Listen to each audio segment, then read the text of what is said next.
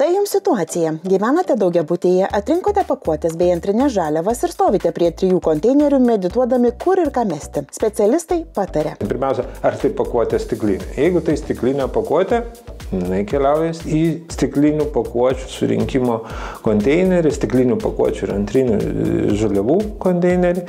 Jeigu tai yra popierinė pakuotė, tenai nematome plastiko, iš tiesų tokia pakuotė keliauja į popierinį konteinerį.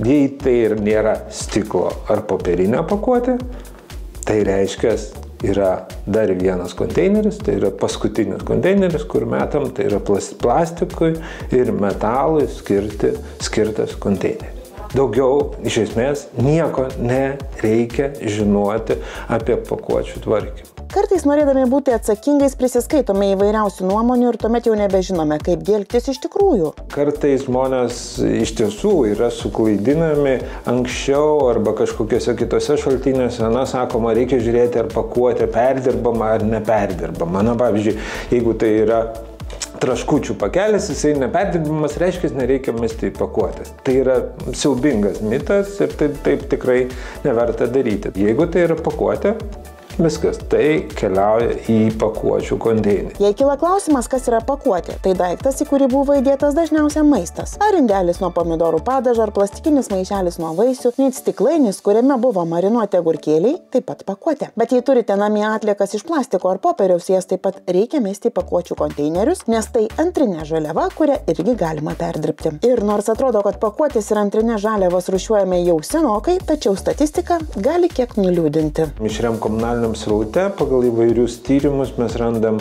daugiau pakuočių nei konteinerius atskirai atrūšiuotų.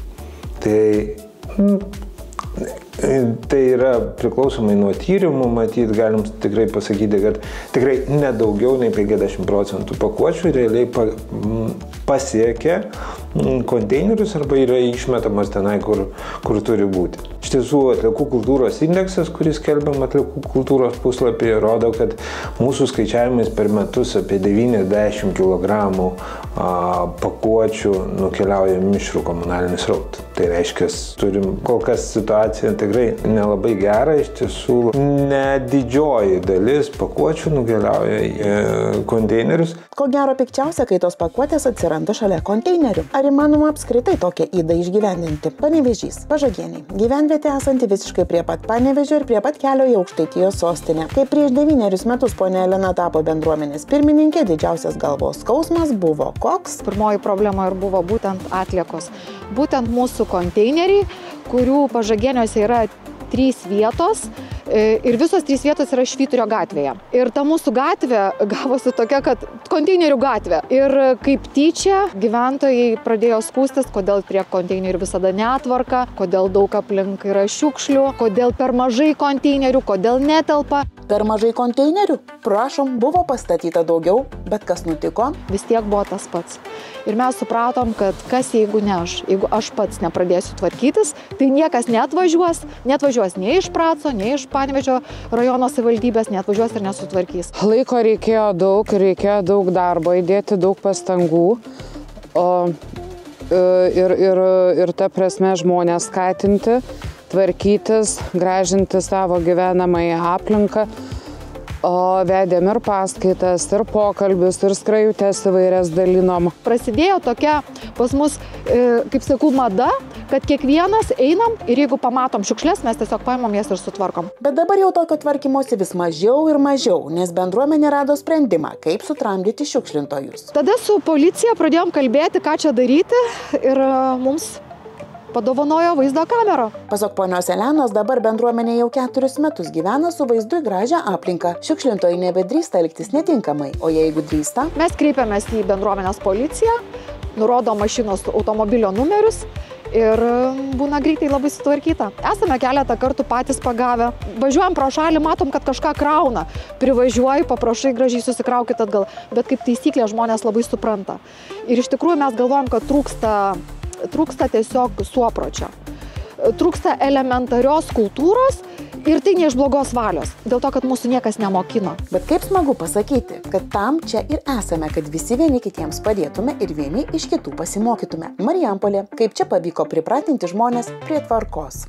įrengtos naujos aikštelės, pastatyti nauji konteineriai, tai mus šiek tiek kiekvieną irgi tikriausiai tas įpareigoja laikytis tvarkos. Pats rūšiavimas ir ta priežiūra pas mus vykdoma jau gan senai. Pirminis rūšiavimas pradėtas berods nuo 2013 metų. Skatinom gyventojus rūšiuoti. Na ir prevenciškai vėlgi buvo statomos kameros, filmuojama, viešinama tas, kaip aš sakau, negeri mūsų dalykai. Tai vat, ir visų bendrom jėgom buvo pasiektas rezultatas. Tačiau ne visi marijampoliečiai elgėsi sąmoningai. Didžiausia problema būna tame, kad žmonės atnešę didelį daiktą nepasivargina jo sulankstyti, įdėti į konteinerį, o palieka šalia. Stengiamės, kad to nebūtų. Jeigu būna momentų šventės ar dar kažkas, tai vežėją mes prašome dažniau aptarnauti tuos konteinerius ir tikrai šalia atliekų palikti negalima. Jeigu jau matot, kad atliekų palikta yra šalia konteinerių, tai nebūkit tie, kurie šalia vėl padeda daugiau, o informuokit mus ir vežėjas atvažiavęs sutvarkys tas aikšteles. Alytus. Čia tvarka pasiekta vykdant nuolatinę priežiūrą ir kontrolę. Gyventojai turi individualių namų konteinerius skirtus individualiem namam. Daugiabučiams yra įrengta visam Alytaus regione pusiau pažeminė konteinerių aikštelė. Iš tikrųjų, visa infrastruktūra tinkamai rūšiuoti tiek pakuotis, tiek maisto, tiek mišrias komunalinės atliekas. Aišku, vykdome pagrindę irgi kas kartą kontrolę individualių namų. Aišku, važiuojam ir tų pačių kolektyvinių konteinerių aikšteles patikrinti dėl aikštelės tvarkos, dėl gyventojų matyti. Ar užtenka jiem poreikio išvežimo dažnumo, neužtenka, persipildo, nepersipildo, tai tas nuolatinis kontroliavimas reikalingas. Kitą atvejį turim, kur yra gal didžiausia problema, tai didesnės pakuotės, kurio nesutelpa į tą patį konteinerį arba paliekama prie konteinerių. Tai visą laiką siūlom gyventojam arba kiek įmanoma sulankstyti, supakuoti, išmesti, nemesti prie konteinerio arba pristatyti didelių gabaritų surinkimo aikšteles, kur didesnių gabaritų pakuotės tikrai priimamos iš gyventojų nemokamai. O jei jums atrodo, kad palikti prie konteinerio pakuotės joks nusižengimas, teks galvoti dar kartą. Mat nuo šiol už tai skiriamos baudos. Kiekvienoje savivaldybėje tvarka ir baudų dydžiai gali skirtis, bet viena aišku, kad jūsų neapgalvotas elgesys turės įtakos jūsų kišeniai. Klaipėda. Čia specialistai turi jums 2 neįkainojamus patarimus. Ar mylit kačiukus?